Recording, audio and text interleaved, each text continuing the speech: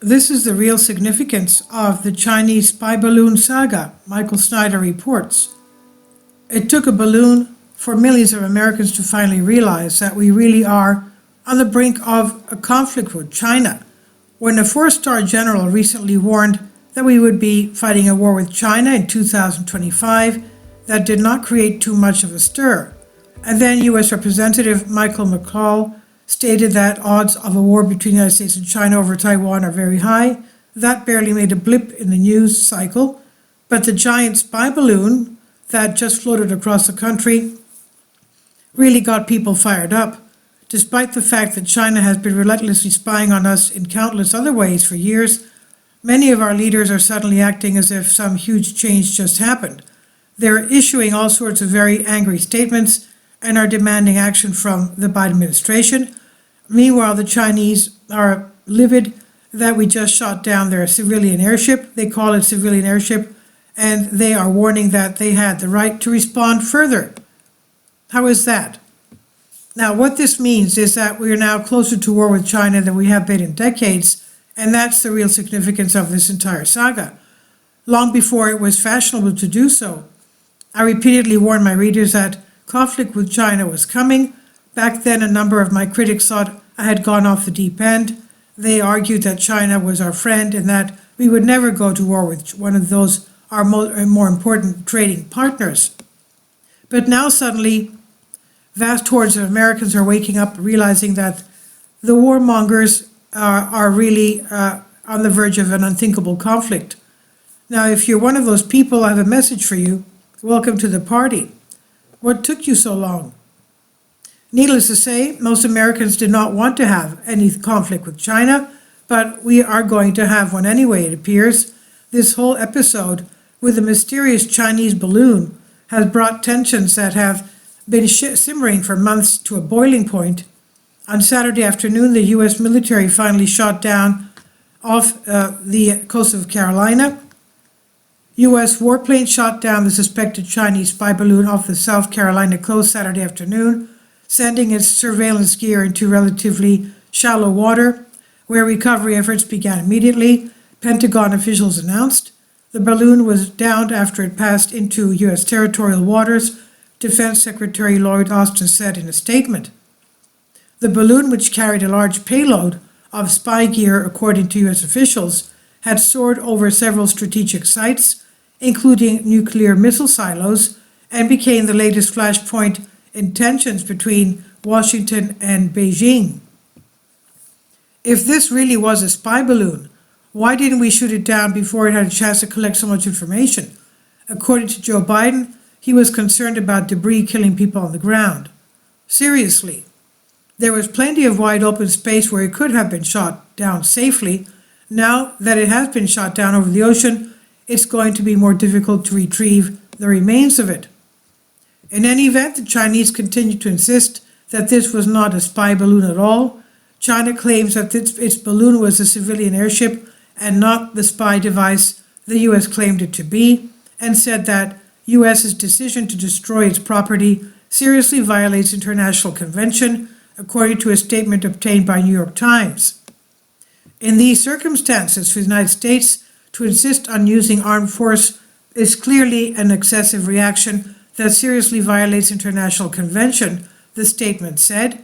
China will resolutely defend the legitimate rights and interests of the enterprise involved and retains the right to respond further. In other words, China believes that they have the right to be flying whatever they want over U.S. airspace, it seems. Now, maybe the Chinese are correct. Maybe this really was not a spy balloon. But then why did it fly over so many of the U.S. key military installations? Gateway Pundit made a list of the military bases that this spy balloon flew near. Malmstrom Air Force Base, Montana, home of 341st Military Wing. Ellsworth Air Force Base, South Dakota, home of 28 Bomb Wing. Joe Foss Field, A&G, South Dakota, home of 114th Fighter Wing. Sioux City, A&G, Iowa, National Guard Base. Offutt Air Force Base, Nebraska, headquarters U.S. Strategic Command. Camp Ashland, Nebraska. Lincoln, A&G, Nebraska. Whitman Air Force Base, Missouri, home of B-52 bombers. Fort Leonard Wood, Missouri, Army Training Installation, St. Louis Army Human Resources, St. Louis, Missouri, Scott Air Force Base, Illinois, home of the Air Mobility Command, Fort Campbell, Tennessee, home of the Screaming Eagles, the 101st Airborne, Nashville, Tennessee, A&G, Smyrna, A&G, Tennessee, Houston Barracks, Tennessee, McGee Tyson, A&G, Tennessee, Pope Air Force Base, North Carolina, Air Mobility Command, Fort Bragg, North Carolina, one of the largest military installations in the world, MCAS, New River, North Carolina, Camp Lejeune, North Carolina Military Training Facility, U.S. Coast Guard Station, Fort McCon. And apparently now there are 2 more Chinese spy balloons that have been identified. A 3rd Chinese spy balloon could be lingering near U.S. interests, but officials won't say where it is. An anonymous source told Washington Post a 3rd balloon is likely operating near the U.S. after the first balloon was discovered hovering over Montana on Thursday, and another was found above Latin America on Friday. Of course, it's quite true that the Chinese do not exactly need giant balloons to spy on us. The Chinese can see pretty much whatever they want using their spy satellites, and their stealth drones are highly sophisticated. As U.S. Senator Marco Rubio pointed out, the Chinese have already been spying on us in many different ways. On Friday's Mick Gallagher show, Senator Marco Rubio, Republican from Florida, stated that the Chinese spy balloon over the United States is not the first time, and we've seen these before, he said. He also stated that China can get the information it gets from the balloon from satellites. Huawei equipment that is installed in the United States is a million different ways, and China does so, and the balloon is just one more method that they use to collect intelligence on us, he said. And most Americans don't realize that the Chinese literally have an army of spies on the ground here in the United States. And if you don't want to believe me, perhaps you believe what Donald Trump just said. Former President Donald Trump warned on Friday that China has many thousands of spies working in the United States in various industries amid a revelation that a Chinese spy balloon is flying over the continental United States.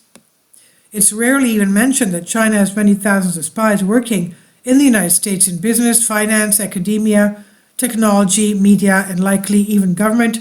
Very sadly, Trump declared. A current member of Congress even slept with a known Chinese spy, but he's not been removed from Congress. So with everything else that has already been going on, it amazes me that everyone is suddenly so upset about a giant balloon. Whether or not this is actually a spy balloon or not, the truth is that the Chinese are going to continue to spy on us in countless different ways. And whether or not the Chinese sent the spy balloon towards us on purpose or not, the truth is that they're going to continue to prepare for a coming conflict. According to author Gordon Chang, the Chinese are currently engaged in the fastest military buildup since the Second World War. He says, "We know what the Chinese are doing," Chang explained. "They're engaged in the fastest military buildup since the Second World War. They're trying to sanction-proof their regime, and most ominously, they're preparing China's civilians for war." Chang pointed out to a recent move from Chinese President Xi Jinping shortly after he was appointed to his precedent-breaking 3rd term as General Secretary at the National Congress in October, when he appointed what is being referred to as the War Cabinet. And we also know that the Chinese have been busy making economic moves that would make sense if they believed that a war with the U.S. is approaching. While we focus on the obvious, it's important to also understand that from a monetary and financial perspective, it looks like China is preparing for a war. Notably, China is continuing to stockpile gold while selling U.S. treasuries, an obvious step that a country readying either for war or to challenge the U.S. dollar on a global stage or both would be taking. As Zero Hedge noted last month, China has now bought 100 tons of gold in days. Once again, I want to make it very clear that I don't want to see a war between the United States and China, because such a thing would be absolutely horrific. Unfortunately, anti-China sentiment is reaching a fever pitch in Washington, and anti-American sentiment is reaching a pitch fever in Beijing. We really are on the brink of the unthinkable, and once the missiles start flying, there will be no going back. is finally here. Michael's new book entitled End Times, now available in paperback and for Kindle on Amazon. About the author, Michael Snyder says, "My name is Michael. My brand new book entitled End Times is now available on Amazon.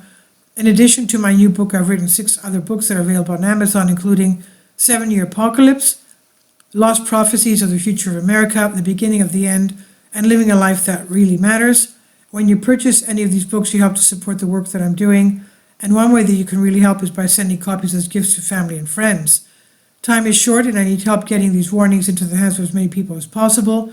I have published thousands of articles on the Economic Collapse blog, End of the American Dream, and The Most Important News.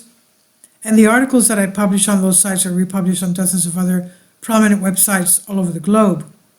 I always freely and happily allow others to republish my articles on their own websites, but I also ask that they include this about the author section with each article.